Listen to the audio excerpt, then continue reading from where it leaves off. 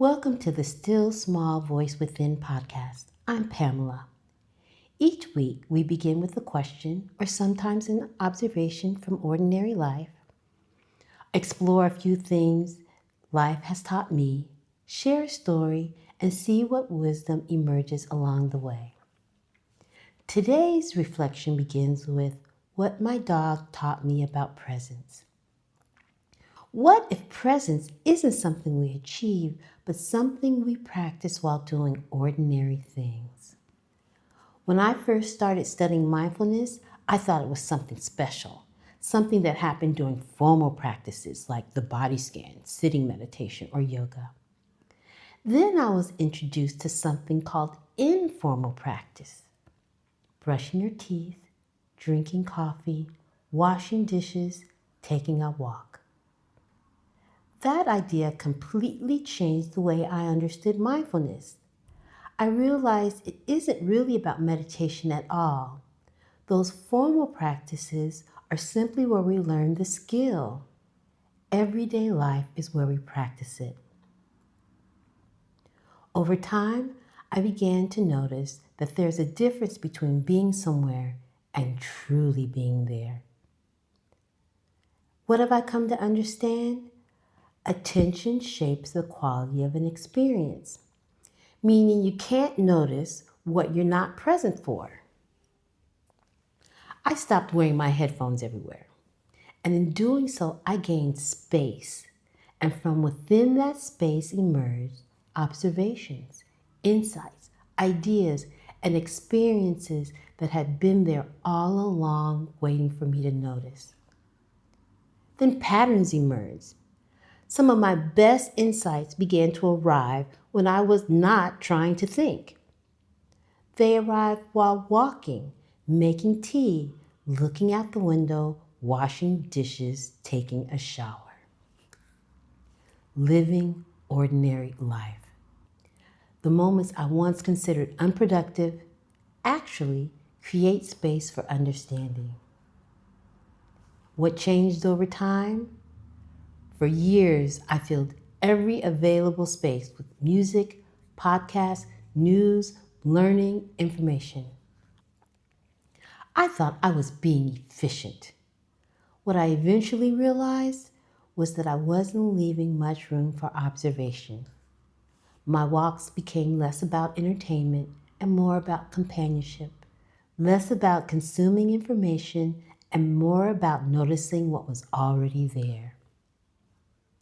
What surprised me most was the realization that mindfulness practice had been misunderstood by many people, including me. When people complain about mindfulness, they often talk about the raisin exercise. The criticism usually sounds something like, "Who eats raisins like that?" But the raisin was never the point. The raisin is simply where we practice paying attention. Just like a dumbbell isn't the point of a gym, the exercise develops a skill. Life is where we use it. For years, I walked my dog Samantha while listening to something. A podcast, an audiobook, the news, music. I felt productive. I was exercising my dog and learning something at the same time. And then one day I noticed something simple. I wasn't fully with her. Sure, part of my attention was on the walk, but part of it was on whatever I was listening to. I was physically present, but mentally elsewhere.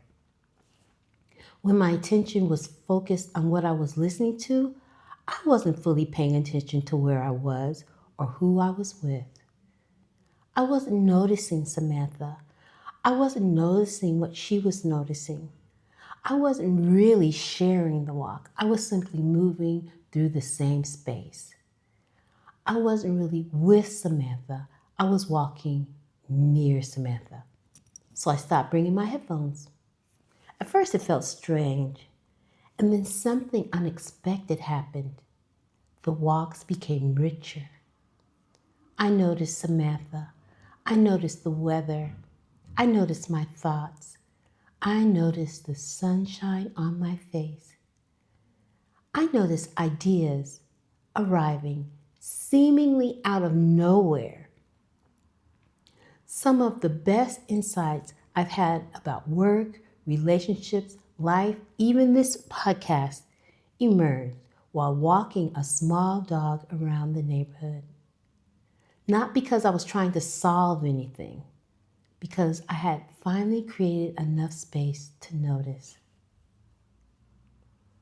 I used to think presence was something special, something achieved during meditation, something reserved for spiritual practice, something that happened when life got quiet enough. Now I think presence is much simpler.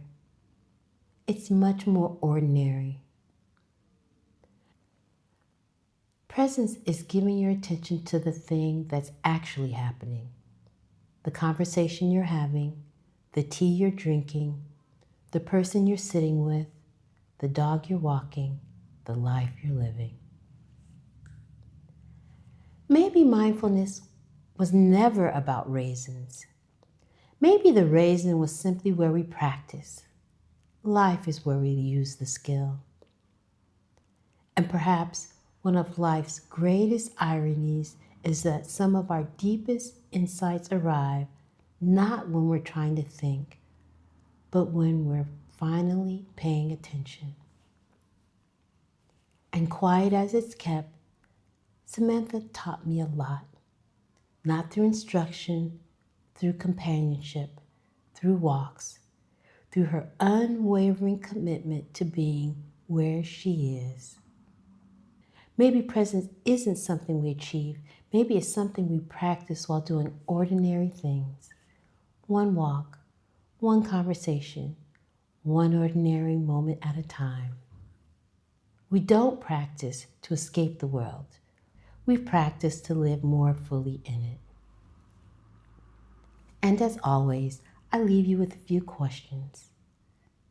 What questions have you been living? What experiences have shaped you?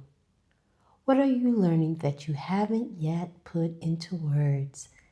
And what is your own still small voice trying to tell you? Don't worry if nothing comes immediately. You can simply park that question in the back of your mind, and when you need them, they'll be there waiting. If these conversations are meaningful to you, I'd appreciate it if you'd like, share, and subscribe to help others discover the podcast. Until next time, may you be well.